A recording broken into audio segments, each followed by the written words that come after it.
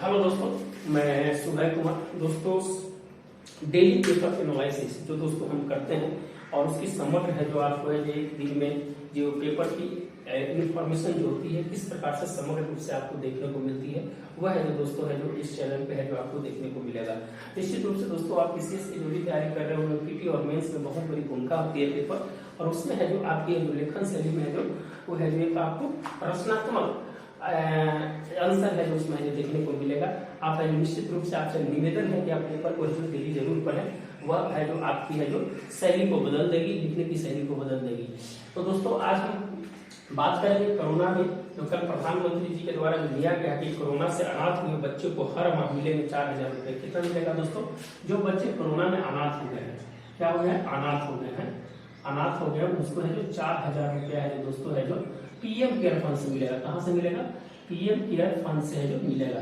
दोस्तों ये PM care fund की अगर बात करें दोस्तों, जब कोरोना आया था 2020 में, ये आकस्मिक कोष के रूप में इसको बनाया गया था, और है जो ये है जो आपदा प्रधानमंत्री आपदा कोष जिस प्रकार से है उस प्रकार से है दोस्तों है जो पीएम केयर फंड है जो बनाया गया था।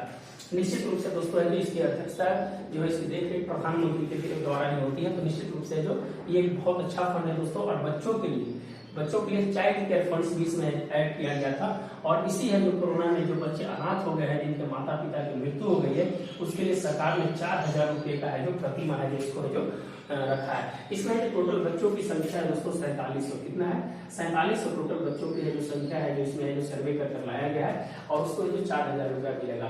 और इसमें कुछ एडिशनल इन्फॉर्मेशन अगर हम बात करें दोस्तों की, जब 23 वर्ष का हो जाएगा तो 10 लाख रुपया का एक मुफ्त 10 लाख रुपया का एक मुफ्त है जो उसको मिलेगा, या तो बिजनेस कर सकता है या किसी प्रकार के जो कार्य कर सकता है। तो 23 वर्ष की उम्र होने पर 10 लाख रुपया जो उसको एक मुफ्त है जो मिलेगा। दूसरा चीज है कि दोस्तों अन्न है जो भी सुविधा है जो इसमें दी गई है। तो बच्चों को कल प्रधानमंत्री जी के द्वारा है जो इस प्रकार की योजना है जो चालू किया गया, और है जो अनाथ बच्चा के लिए है जो ये चालू किया। कुछ राज्यों की अगर हम बात करें दोस्तों तो बिहार, मध्य प्रदेश, उत्तर प्रदेश, बहुत सारे जो राज्यों ने है जो इस तरह की योजना चलाई है। अगर हम बात करें दोस्तों तो मिशन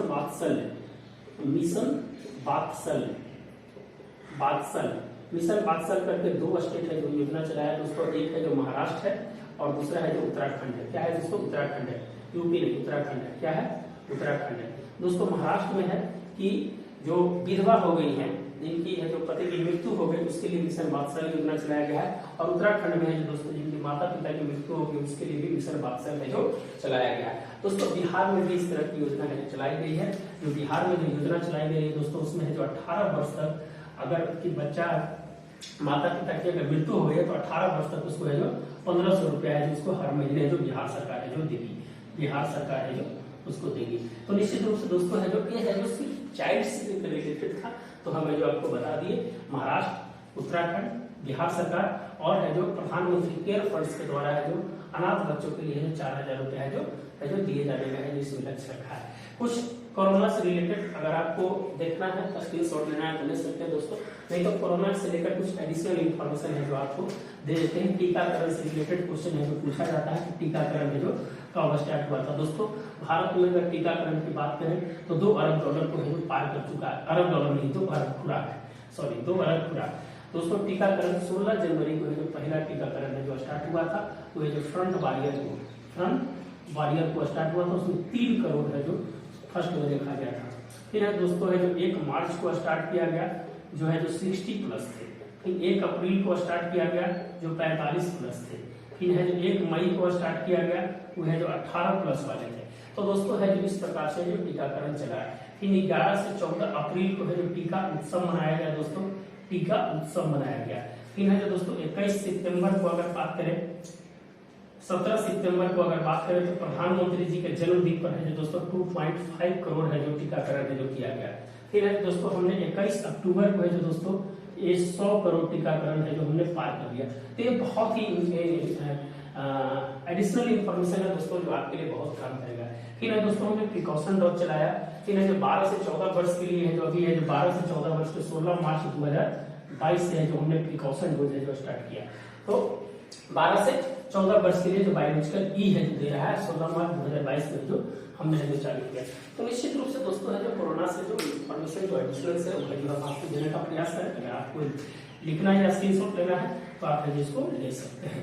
फिर दोस्तों कुछ और है चीजें हैं जो कोरोना से है जो क्वेश्चन आपको पूछ सकता है कि दोस्तों कोरोना से क्या क्या जो भारत की जो स्थितियां हैं, हम भारत और वर्ल्ड के बारे में अगर परिप्रेक्ष्य में बात करें दोस्तों, इंडिया एंड वर्ल्ड के बारे में अगर परिप्रेक्ष्य में बात करें तो दोस्तों इंडिया अगर बात करें दोनों की जो निगेटिव ग्रोथ रही, क्या रही, दोनों निगेटिव ग्रोथ रही, वर्ल्ड की भी और इंडिया की भी निगेटिव ग्रोथ रही।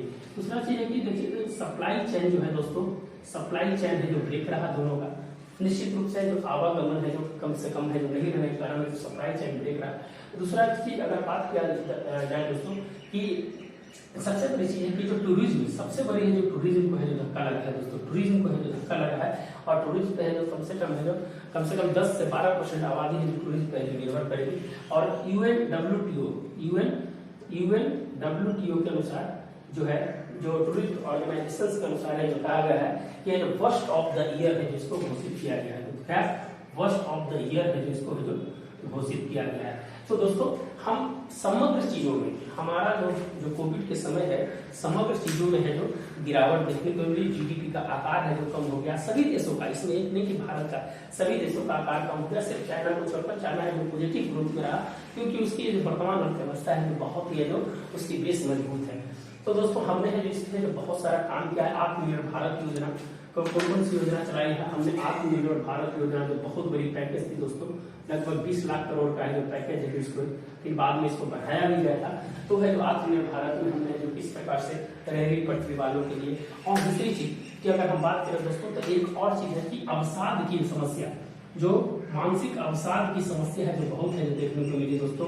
फिर जो सोशल जो काउजेस है जो घर में है जो हिंसात्मक है व्यवहार होने लगा और लोगों के बीच है जो एक ऐसी स्थिति आ गई कि है जो हिंसा की है जो एक नई परिभाषा है जो लिखा गया, उसको सोशल है जो हिंसा की है जो नाम है उसको दिया गया।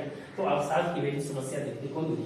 तो दोस्तों कुछ इस तरह की बहुत सारी बातें हैं जो है जो हम करने के लिए जो कर सकते हैं, लेकिन टाइम की थोड़ी कमी है दोस्तों, इसलिए है जो इन्फॉर्मेशन एडिशनल है उसको हम देने का प्रयास करते हैं।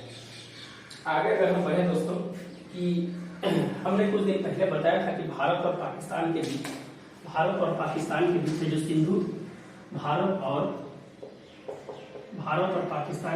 जो सिंधु जल समझौता है उसकी है जो 118वीं बैठक है। सिंधु जल समझौता की 118वीं बैठक है जो दोस्तों है जो नई दिल्ली में है जो संपन्न हो गई।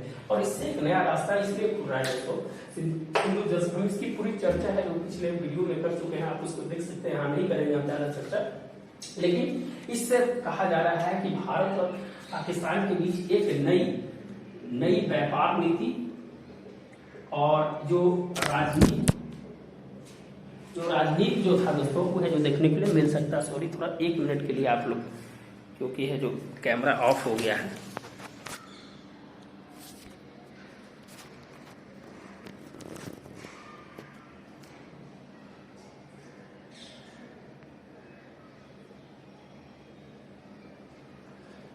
थोड़ा कैमरा ऑफ हो गया था दोस्तों, सॉरी।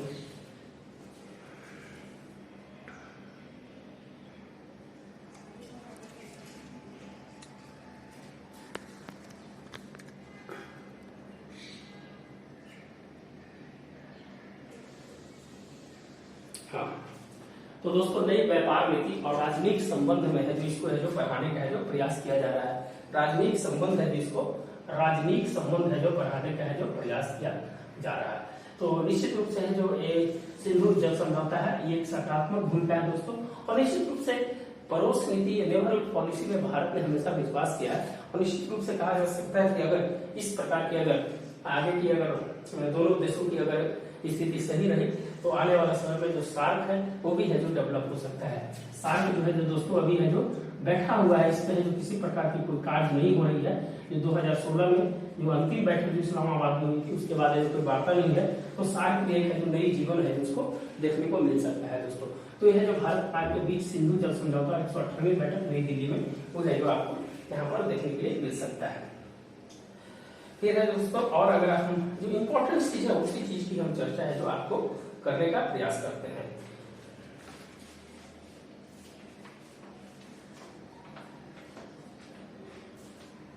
अगर हम आगे अगर चर्चा करें दोस्तों कि आज की और इम्पोर्टेंट जो टॉपिक क्या हो सकती है, अगर उस टॉपिक की अगर हम चर्चा करें तो उस टॉपिक में है जो दोस्तों है जो कहा गया है कि प्रधानमंत्री के 8 साल पूरा हुए तो है जो उनकी बातों को और उनकी जो 8 साल के कार्यकाल को है जो हमेशा है जो लिखा जा रहा है। तो दोस्तों उसमें है जो इम्पोर्टेंट चीज है कि आज जो इम्पोर्टेंट चीज हुई है जो किसान सम्मान निधि है, किसान सम्मान निधि है, किसान सम्मान निधि जो 2019 में चालू हुआ था उसकी 11वीं किस्त है जो जारी कर दी गई है। दोस्तों कभी कभी किस्त भी पूछ देता है, इसीलिए जो आपको हम बताने का इसमें प्रयास किया कि 11वीं किस्त है जो उसकी है जो जारी कर दी गई है। तो निश्चित रूप से जो दोस्तों जो 11वीं किस्त जारी कर दी गई है और 2019 में इसको स्टार्ट हुआ था तो जो 6,000 रुपया है जो मिलता है 2,000 गुने 3 क्वार्टरली जो मिलता है दोस्तों 3-3 महीने पे या 4-4 महीने पर जो मिलता है वो है जो 2,000 रुपया मिलता है और किसान के लिए जो जीवनदायी के रूप में काम करता है। तो निश्चित रूप से जो दोस्तों किसान सम्मान निधि की 11वीं किस्त जो जारी हो गई है। दोस्तों कुछ ऐसे वर्ड्स हैं जो आप मेंस में लिख सकते हैं कि कोई भी चीज सेवा सम्मान क्या क्या है जो आपको वर्ड को यूज करना है, आपको है जो याद रखना है क्या क्या यूज करना है। सेवा सम्मान कल्याण संघर्ष सामर्थ्य सक्षम आत्मनिर्भर। दोस्तों ये सब वर्ड है जो आपको कहे जब लिख रहे होंगे मेंस में तो इस सब चीज को याद रखना है कि सेवा सम्मान और कल्याण के भाव से है जो मानव कल्याण की अगर बात करें तो वहां है जो दोस्तों सुशासन में अगर बात करें तो वहां पर लिख सकते हैं संघर्ष सामर्थ्य सक्षम और आत्मनिर्भर। अगर किसी भी माने टॉपिक पर आप लिख रहे हैं तो ये सब वर्ड का है जो जरूरी इसके लिए बहुत ही इंपॉर्टेंस है। फिर है दोस्तों कि अगर हम बात करें दोस्तों की डिजिटल वर्ल्ड में किस प्रकार है जो गरीबों को है जो एक टॉपिक है दोस्तों कि किस प्रकार से जो वर्तमान अभी डिजिटल वर्ल्ड में है किस प्रकार है जो गरीबों को है जो कल्याण की एक नई परिभाषा है जो दिया जा रहा है। Digital world. अब इसमें कहिएगा कि चर्चा क्यों हो रहा है दोस्तों, इसमें गरीबों को लेकर चर्चा क्यों हो रहा है। गरीब को सामर्थ्य बनाना जाना, सक्षम बनाना और उनकी जो लीकेज व्यवस्था है जो तकनीकी व्यवस्था है उससे है जो किस प्रकार से इसको जोड़ने का है जो प्रयास करना चाहिए। डिजिटल वर्ल्ड है दोस्तों, मान लीजिए कि हमें है जो किसी भी योजना की पैसा है जो हमें भेजना है तो उसमें डीबीटी का यूज करते हैं। तो तकनीक कहीं ना कहीं है जो गरीब को सामर्थ्य बना रहा है। तो निश्चित रूप से कह सकते हैं कि जो तकनीक है वो है जो एक प्रकार की है जो ऐसी सीढ़ी है जिसको है जो गरीबी को दुष्चक्र को तोड़ने में कहीं ना कहीं है जो काम करेगा। तो डिजिटल वर्ल्ड में है जो जितने भी योजनाएं हैं बस उसको पारदर्शिता लाना है। चाहे मनरेगा की बात करते हैं, मनरेगा में किसे काम मिल रहा है उसको इन्वॉल्व किसको किया जा रहा है। तो ये है जो दोस्तों है जो डिजिटल माध्यम से जो उसकी है जो अटेंडेंस बनती है, बायोमेट्रिक अटेंडेंस बनती है तो निश्चित रूप से है जो वहां पर है जो लीकेज को कम कर सकता है। तो हमें जो गरीब को दूर करने के लिए डिजिटल वर्ल्ड बहुत ही सामर्थ्य है और सक्षम है। तो इस प्रकार की वर्ड है, उस वर्ड को लिखा हुआ था दोस्तों इसलिए उसमें से निकाल कर है जो आपको हम देने का प्रयास किए। फिर अगर आप बात करें दोस्तों उपराष्ट्रपति की है जो दोस्तों है जो एक यात्रा है वो यात्रा है जो निश्चित रूप से बहुत ही इंपॉर्टेंट है। ये यात्रा कहाँ कहाँ कर रहे हैं दोस्तों इसको है जो हम बताने का प्रयास करेंगे। ये यात्रा है जो दोस्तों उन्होंने है जो गैबोन सेनेगल और कतर, हाँ गैबोन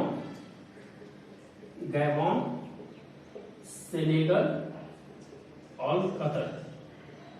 आप जानते हैं दोस्तों कि है जो किसी भी उपराष्ट्रपति की जो पहली यात्रा है तो ये है जो इंपॉर्टेंट से जो क्वेश्चन है जो बन सकता है। और निश्चित रूप से कतर और भारत का है जो 50वां वर्षगांठ है जो राजनयिक वर्षगांठ है 50वां वर्ष ये है जो क्वेश्चन पूछ सकता है। अगर हम बात करें दोस्तों की इस प्रकार से अगर सेनेगल के साथ बात करें तो 60वीं वर्ष है राजनयिक की 60वीं वर्ष। कभी कभी क्वेश्चन पूछ देता है कि वह है जो वर्ष है ये है। अगर हम इजराइल की बात करें दोस्तों तो इजराइल के हमारे साथ 30वां है। और अभी है जो हाल फिलहाल में जो राष्ट्रपति है जो दोस्तों है जो यहाँ की मार्क रूटे जो है यहाँ के हैं वहाँ की यात्रा है वो भी है जो 34 साल के बाद पहली यात्रा हुई है। तो निश्चित रूप से कहा जा सकता है कि वो भी है जो बहुत ही महत्वपूर्ण हो सकता है। तो वो चीज को भी है जो जरूर है जो याद रखिएगा। गैबोन सेनेगल और कतर में जो उपराष्ट्रपति की है जो यात्रा हुई है यह जो बहुत ही इंपॉर्टेंट है।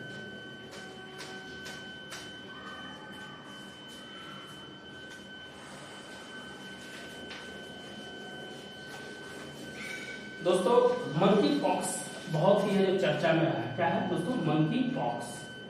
मंकी पॉक्स है जो दोस्तों चेचक की प्रकृति का है जो मंकी पॉक्स है। ये जो वायरस है दोस्तों सबसे पहले है जो 1958 में है जो दोस्तों है जो अफ्रीकी कंट्री में जो हो जा गया था, सबसे पहले अफ्रीकी कंट्री में। और इसका बाहर है जो दोस्तों है जो बंदर है, इसमें शरीर में चिकटे टाइप के पड़ जाते हैं और इसके कारण जो दोस्तों है जो ये समस्या है जो उत्पन्न होती है। अभी है जो ज्यादा है जो इसमें भारत में इसकी कोई मामला नहीं है, लेकिन हो सकता है कि आने वाला समय में इस प्रकार की समस्या देखी जा सकती है। इसमें मृत्यु दर है दोस्तों 10% से कम है। तो मंकी पॉक्स से रिलेटेड ये तो यह जो आप देख सकते हैं। ठीक है दोस्तों कि अभी हाल फिलहाल में है जो 39वीं है जो सम्मेलन हुआ है, न्यायाधीशों का सम्मेलन हुआ है, न्यायाधीशों का सम्मेलन हुआ है दोस्तों। न्यायाधीश का जो सम्मेलन हुआ है 39वां सम्मेलन हुआ है। और इसमें जो कुछ इंपॉर्टेंट बातें की गई है, जो इसमें कॉलेजियम व्यवस्था के बारे में बोला गया है, जो कॉलेजियम व्यवस्था है। फिर है दोस्तों इसमें जो एनसीजे जो हुआ था दोस्तों, जज का अपॉइंटमेंट से लेकर एक कमेटी बनी थी 99 संविधान संशोधन में है जो उसको है जो दोस्तों है जो खत्म कर दिया 2015 में। तो दोस्तों इसके बारे में चर्चा की गई है कि किस प्रकार से जो व्यवस्था है जो किया जा सकता है। तो निश्चित रूप से हम कह सकते हैं कि अगर मान लीजिए कि अगर आप एक न्यायाधीश की बहाली और उसकी नियुक्ति प्रक्रिया को लेकर हम बात करें दोस्तों, तो कहा जा सकता है कि अगर आप कॉलेजियम व्यवस्था से अगर 1993 में अगर जिस प्रकार से व्यवस्था की गई है उससे है जो न्याय चीफ जस्टिस को लेकर कोई प्रॉब्लम नहीं है। चीफ जस्टिस का जो स्थिति जो होती है, जो उनके चुनने की प्रक्रिया वरिष्ठता के आधार पर होती है, तो चीफ जस्टिस में कोई समस्या नहीं है। कॉलेजियम में दोस्तों 5 जज होते हैं, उसमें सिटिंग और चीफ जस्टिस होते हैं और बाकी और 4 सदस्य होते हैं उसमें। तो अगर हम बात करें दोस्तों कि इसमें अगर जो समस्या है न्यायाधीशों की जो चुनने की जो प्रक्रिया है उस पर है जो कहीं ना कहीं जो प्रश्न लगता है। इसीलिए दोस्तों नेशनल कमेटी ऑफ जजमेंट एक आया था और उसे 99 संविधान संशोधन 2015 में उसे खत्म कर दिया। तो अभी है जो एनवी रमन्ना है दोस्तों, जो भारत के चीफ जस्टिस ऑफ इंडिया है, और इसके बाद जो बाई चंद्रचूड़ है जो बनने वाले हैं। तो निश्चित रूप से जो दोस्तों ये बहुत ही इंपॉर्टेंट है आज के लिए। जो इंपॉर्टेंस रहेगा दोस्तों उसी को हम बताने के प्रयास करेंगे। अब पूरे अंतरराष्ट्रीय खंड में अगर आ जाते हैं तो जर्मनी ने सुरक्षा पर 100 अरब यूरो खर्च करने का विपक्ष से सहमत हुआ है। जर्मनी जो है दोस्तों, जर्मनी जो है अपनी सुरक्षा पे 100 अरब यूरो है जो खर्च करने के लिए है जो वहां की विपक्ष की सहमति मिल गई है। दोस्तों इसके पीछे कारण यह है कि रूस और यूक्रेन का जो लड़ाई हुआ, कहीं ना कहीं सब देशों को है जो ऐसा लग रहा है कि आने वाले समय में अगर युद्ध होता है तो हमारी रक्षा प्रणाली है जो व्यस्त होनी चाहिए, रक्षा प्रणाली है जो अच्छी होनी चाहिए। इसलिए जो दोस्तों जो जर्मनी है जो अपने जो रक्षा पर जो 100 अरब रुपए है जो खर्च करने का है जो वादा किया है। दोस्तों जर्मनी बहुत ही इंपॉर्टेंट है, आप इसकी ज्योग्राफी है जो जरूर है जो देखिएगा जर्मनी के बारे में। जर्मनी, पोलैंड, जर्मनी, फ्रांस, जो यूरोजोन की जो जितने भी हैं उसको है जो जरूर है जो आपको देखने का प्रयास करना चाहिए दोस्तों। है दोस्तों कि श्रीलंका में जो प्रधानमंत्री बने हैं, श्रीलंका में जो प्रधानमंत्री बने हैं यू है यूनाइटेड नेशनल पार्टी। कौन सा है? यूनाइटेड नेशनल पार्टी का। तो पूछ देता है कि एक ही सीट उनके पास था रानिल विक्रमसिंघे के पास, और वो है जो वहां का है जो बने हैं। तो एक सीट है, कभी कभी ये पार्टी पूछ देता है दोस्तों पीटी के पॉइंट ऑफ से, यूनाइटेड नेशनल पार्टी। और पहले भी है दोस्तों 5 वाले जो वहां के प्रधानमंत्री रह चुके हैं। ये जो दोस्तों है जो कुछ इंपॉर्टेंस था आपको है जो, इसीलिए दोस्तों है जो हम आपको ये बताने का प्रयास किए। मैंने जन समर्थ योजना के बारे में हमने बता दिया था दोस्तों कि एक ही पोर्टल पर है जो किस प्रकार से काम करेगा। मैंने कल ही बताया था जन समर्थ, और आज है जो दोस्तों इसका भी है जो चर्चा। जन समर्थ जो जन की जो जितने भी जो भारत सरकार की योजनाएं हैं उसको है जो अभी है जो पावर प्रोजेक्ट के तरफ पे दोस्तों है जो 14 सरकारी स्कीमों को है जो इस पे है जो अभी है जो लॉन्च करेगा।